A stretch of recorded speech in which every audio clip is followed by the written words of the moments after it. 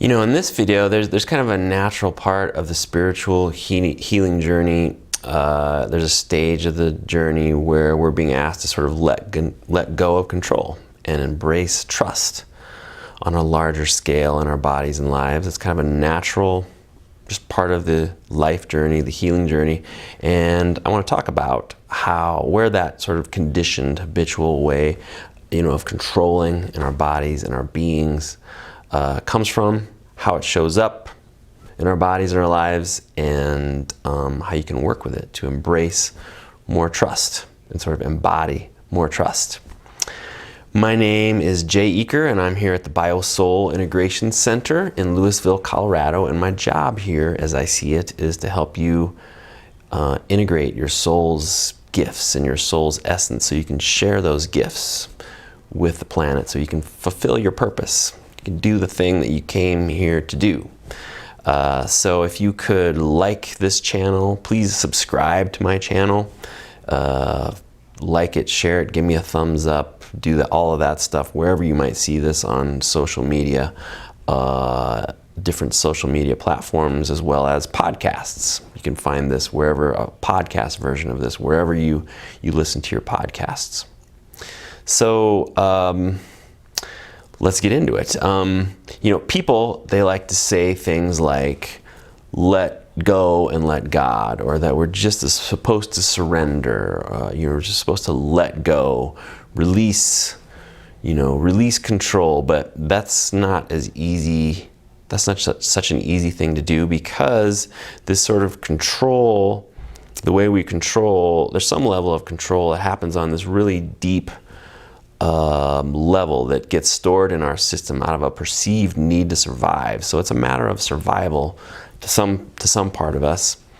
And also the way that we're controlling our lives is largely unconscious. So ironically, we don't really have control over the way that we're controlling everything.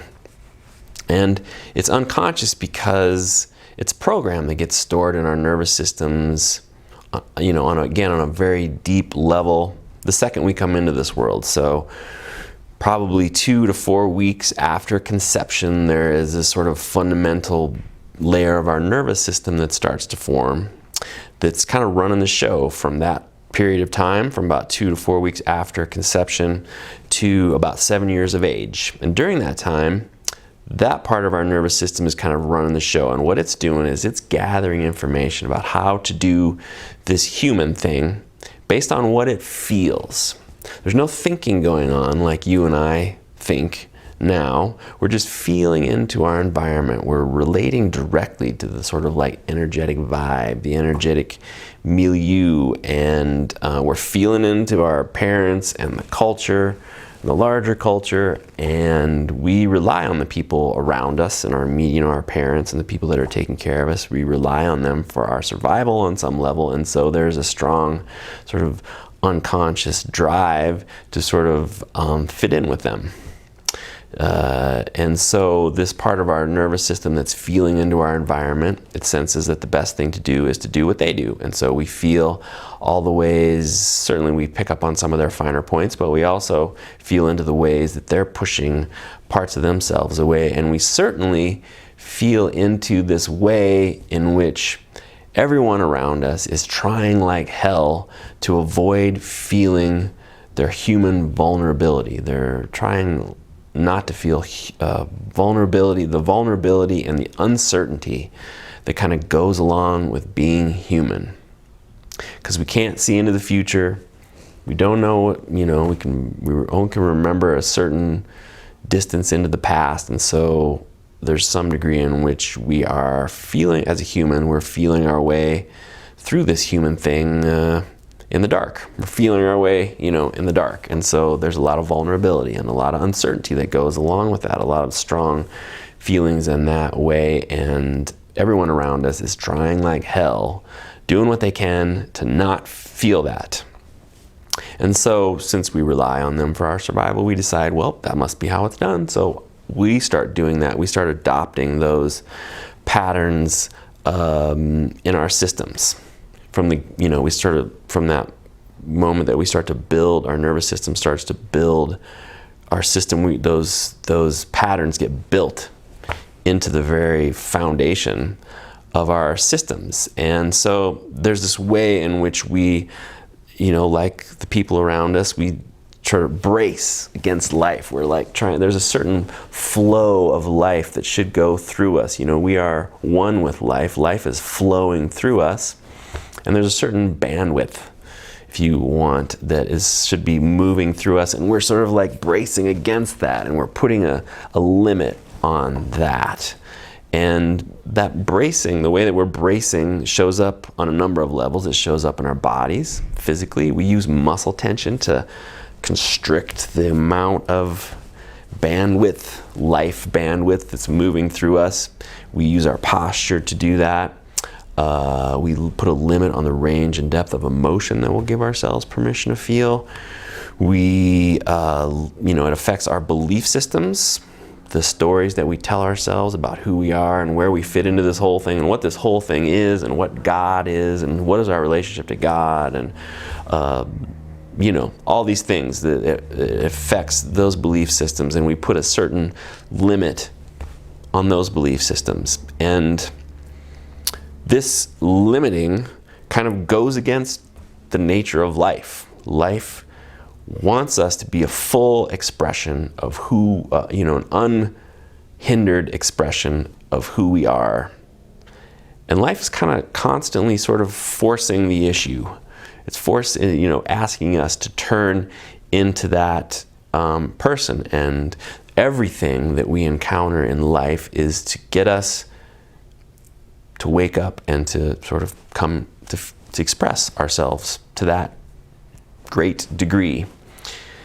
And so whenever life asks us to feel more in our bodies, or whenever it asks us to feel more emotions or wider, greater emotions, or whenever it asks us to sort of like hold a larger, expanded way of thinking, as far as the stories that we tell ourselves, a more inclusive way of thinking. And whenever life sort of like asks us to do that, this part of us that has been doing this job, it thinks of protecting us, of maintaining control, it wants to sort of reassert itself. And so there's this primal fear that starts to come to the surface.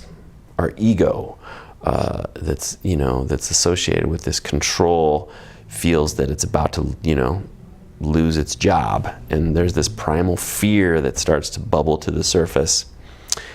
And we're really good at stuffing that, avoiding that fear before it gets, we maybe there's just the inkling of it comes to the surface, and it causes us to act. It causes us to, unconsciously, we try to reassert the limits, all the limits that we've created. So, the way that might look is that we might avoid there might be certain people or certain situations that sort of light up or ask us to experience more of ourselves, and we will tend to, just a dab of that primal fear comes up, and we will mostly unconsciously try to reassert those limits.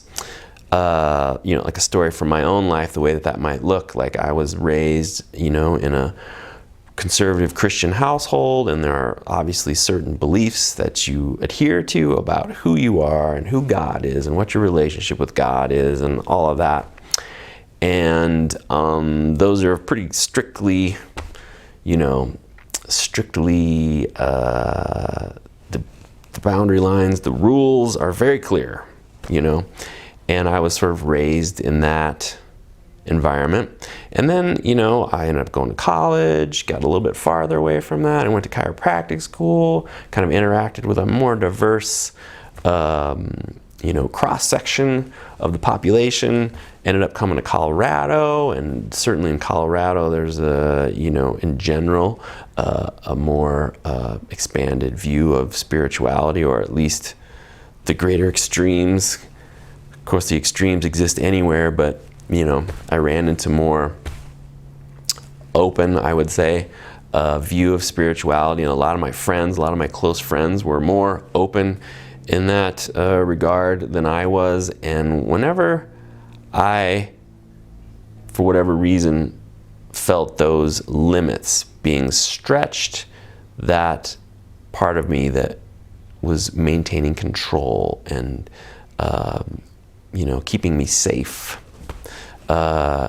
felt those limits being stretched, it would try to like reassert those limits. This primal fear would start to bubble to the surface, and I'd feel like I needed to control. And so I might like proselytize to my friends, try to get them on the same page as me, try to, in voicing my view of spirituality, both trying to sort of like reassert it and bounce it off of them. But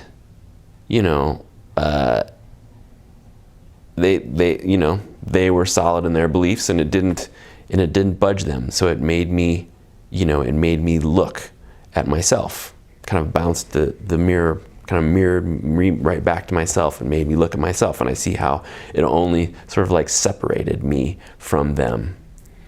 And at some point I realized that's not what I wanted to do. I don't want to be separate from them, or anyone for that matter. Another way, in which it shows up, maybe, a client of mine asked me, like, I don't understand, Jay, with the great work that you're doing here at the BioSoul Integration Center, like, why is this place just not bustling with people? And, I think on some level, the truth is that there's a program in me that says if there's a lot of people here, if there's a lot of money in the bank, a lot of energy, that it stretches a certain unconscious control that I have. Things start to get out of control, and some part of me wants to reassert that. Some part of me wants to make things smaller again so that I can maintain control. And so everyone is doing this to some extent, and there are a lot of resources that we use to do this, to maintain control, to keep those limits in our bodies, in our emotions, in our belief systems. There's a lot of resources, a lot of energy that we're putting into sort of like containing that, because remember, it's not natural.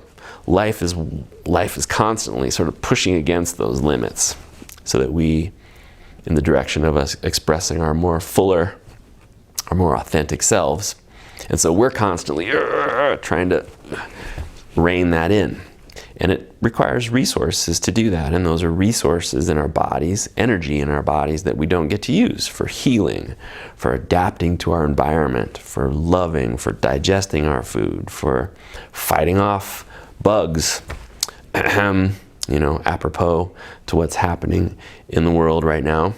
There's a certain level, I would say, our evolution requires a certain level of unbound energy in us. And that unbound energy is energy that's available for something new, because life is constantly asking us to sort of evolve and become newer versions of ourselves.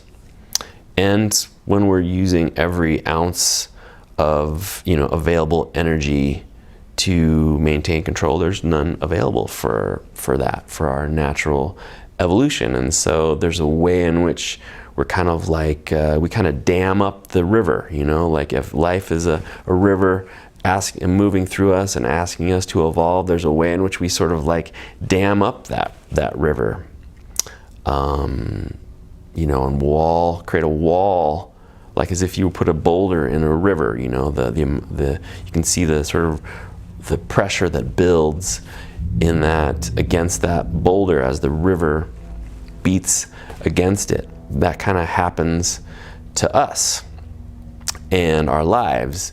And there's a way in which, life will only tolerate so much of that before it kind of like, hey, hits us over the head with a 2x4 in some way to get us to move. And that might be, it's very possible that's what's happening now with this coronavirus. I think that's on some level what's happening to all of us. Life is saying, hey, you guys, it's time to stop and pay closer attention because there's some change that needs to happen, and you guys haven't been doing it yourself, so we're going to help you along. So there's kind of as an analogy, like, I don't know if you remember Laffy Taffy when I was a kid. Anyway, they had these like long, flat bars of what was called Laffy Taffy, and the interesting thing about Laffy Taffy was that you could bend it if you wanted to. Like, if you take it and bend it slowly, it would bend, but there was a certain amount of rigidity in it that if you took it and slammed it on a table, it would break. And so we're kind of like that, to the extent that we can stay more flexible and we'll be able to and not have so much tension stored in our system, and not be so rigid in our beliefs and our the limited range of depth we put on our emotions.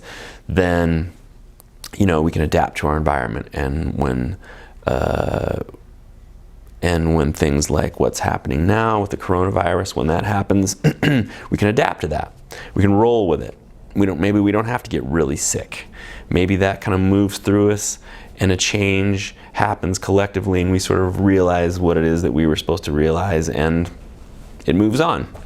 And so when we encounter things like, on all levels, on that level, I don't know what that level would be, a microbiological level, on a physical level, if we have a car accident, on a level of stress, a mental, emotional level, the hard things that we encounter in life, if we're more flexible, we would be less likely to break, and more likely to sort of like be able to roll with that, move with that. His name is Trungpa Rinpoche. He's this guy one of the guys, I guess, or maybe mostly the guy who started Naropa. He's kind of a well-known, a renowned spiritual teacher and leader who started Naropa here in Boulder, and he's passed now, but I guess he said something to his students. He said that I have some good news and I have some bad news. And he said the bad news is that we are constantly, every moment, falling to our deaths without a parachute, plummeting to our deaths. That is just the nature of nature. But he said the good news is that there's no bottom. So there's this way in which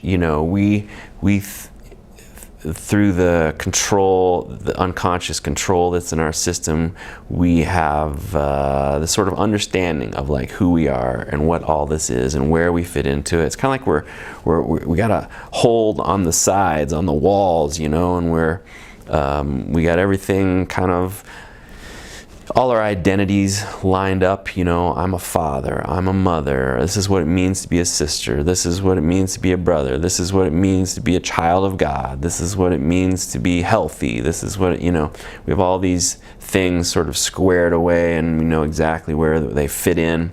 So we kind of have this like hold, a grip on the walls. There's a certain level of safety that an illusion of safety that we've created. We think we got a hold on things, and there can be a way in which we start to lose as life wants us to feel more, life wants us to experience more, it wants us to express more of ourselves. Those identities start to fall away, and we start to lose the grip on the walls. And all of a sudden there's nothing to grab onto. Those belief systems they don't create the same sense of safety and stability as they did. The tension in our bodies doesn't create the same sense of stability and safety, illusion of safety, that it did. The limit on the range of emotions, those walls start to kind of like crumble, and we start to fall, and in some way. And the thing is, the trick is to just get used to falling, to get comfortable with falling. And there's a way in which we are falling right now. for those who are watching this sometime down the road, there's this I'm talking about this coronavirus situation. Lots of people are afraid because we're falling. We are out of control. We're getting shown the illusion of control. Do you think that before the coronavirus arrived that we actually had control? No, we never had control, and we're getting to see it and feel it right now. And when that control starts to fall away, often what comes to the surface is this primal fear that I was talking about. That gets stronger, and I think that's the fear that sort of everyone is feeling right now. Also, as that starts to fall away, the sort of situations that I shared where that was falling away in me, there is a change in if we can integrate it and let it happen, there's a change in the physical tension in our bodies. There's a change in the posture. There's a change in the emotional limits that we put on ourselves, and consequently a change in the belief systems that we give ourselves permission to, the expanded view that we hold of ourselves and life. And I think that's probably part of what this coronavirus thing is trying to get us to do. It's trying to get us to hold a wider, more inclusive view of things. So,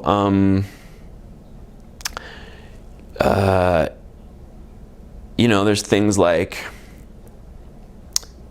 yoga and meditation and the work I'm doing here, BioSoul Integration, and the foundation for that, Network Chiropractic and body-centered psychotherapy.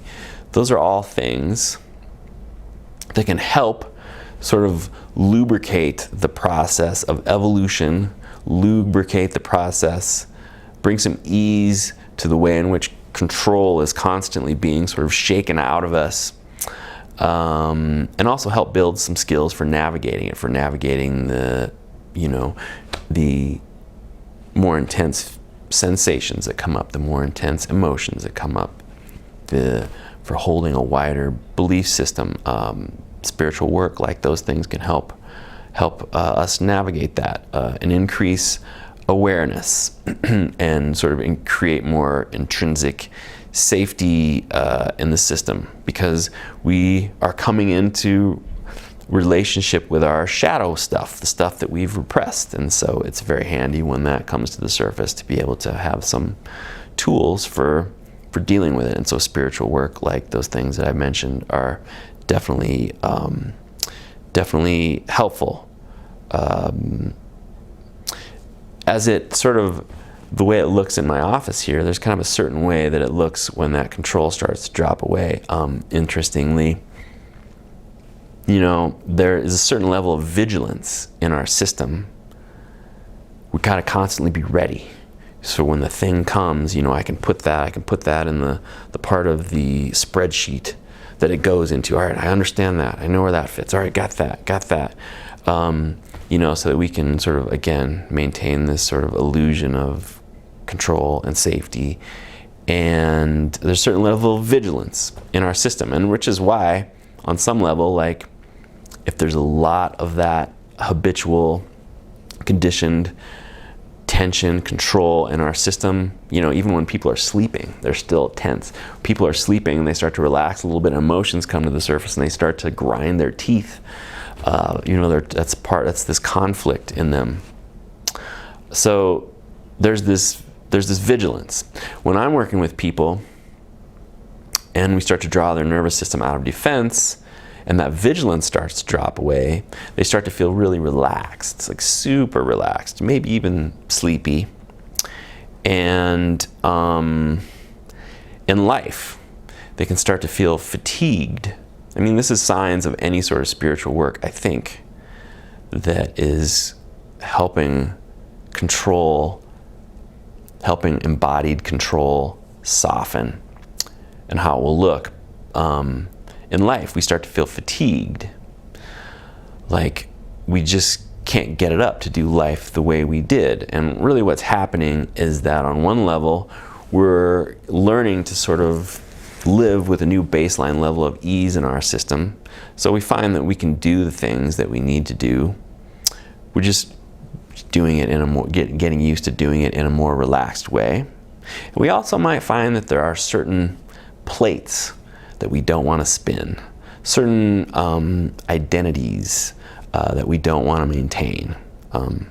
You know, these control patterns, they get attached to a lot of identities. You know, you're a musician or a plumber or an engineer or a chiropractor, or like I said, a father or a daughter or a mother. There's all this meaning that we attach to those identities. A story, again, to sort of illustrate that. At some point, many years ago, long before I met my wife, it's kind of like I was in my 30s and I was thinking, you know, I'm ready. I was a lone bachelor for a long time, and I decided, all right, I want to get into a relationship, start dating people. And you know, there was this part of me that thought like I needed to add something else to my personality. I needed to be something more, you know, that I could impress the ladies with.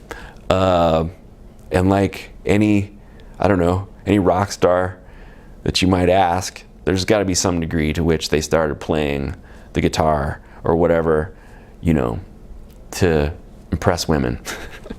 And likewise, I decided that I was going to learn to play the violin. And I spent like 2 years trying to learn to play the violin. And as an adult, learning to play the violin is hard. It took a long time to get any sound out of that thing that could be considered music. So it was really hard. But really what was driving me was this sense of I was not enough the way I was, that I needed to be someone else. I needed to be this like sort of Renaissance man, you know, who I was a chiropractor and a healer and I played the violin, you know. It sounds so sexy. But at some point, you know, doing spiritual constant inner work that I was, this way that I felt like I needed to be more than I was started to fall away. And since that was the main reason that I started playing the violin, and the main thing that was keeping me going through the rigors of playing violin, since that started to drop away, well, I just let go of the violin. All of a sudden, there really wasn't any good reason to keep playing the violin. So that's kind of an example of this sort of like identities that start to drop away. And you know, in letting go of that, in letting go of playing the violin, you know, there was a certain level of tension that I was maintaining in my body. I had to kind of like keep maintaining that control. And when, you know, I let go of the violin, sort of was more okay with just who I was, you know, there's a level of ease on every level that happens physically, mentally, emotionally. So, you know, as far as back pain goes, you can see how back pain is related to this control and the identities and the control that we're trying to maintain. And that's how, you know, people feel better and they free up resources. I'm sure as that happened, there was more resources that I had available to evolve. There's more resources that I had available to fight off coronaviruses. There's more resources I had available to digest my food, etc. More resources I had available to recover from injury, etc. So, the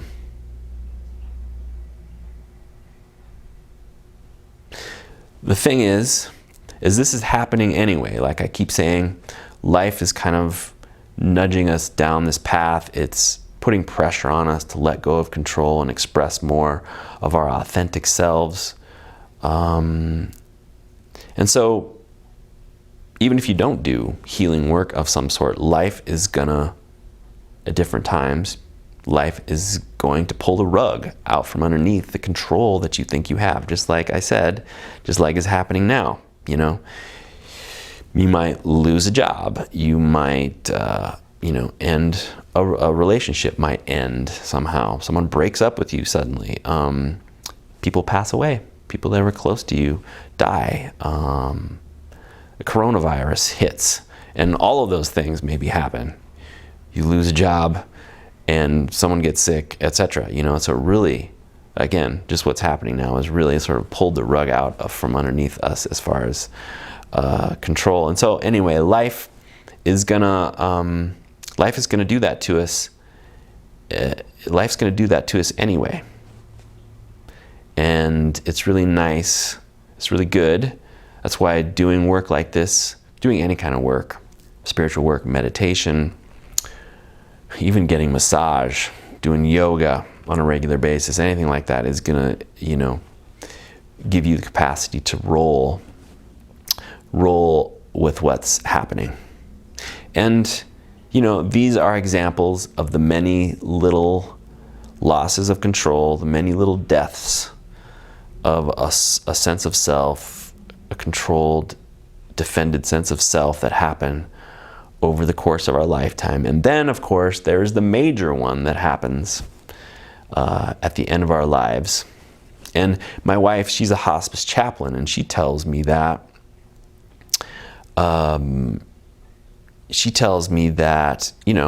we have to let go of of control, of all these little identities and all the control that we've been so dedicated to in the last months, in the last weeks, in the last days, in the last hours, in the last minutes of our lives.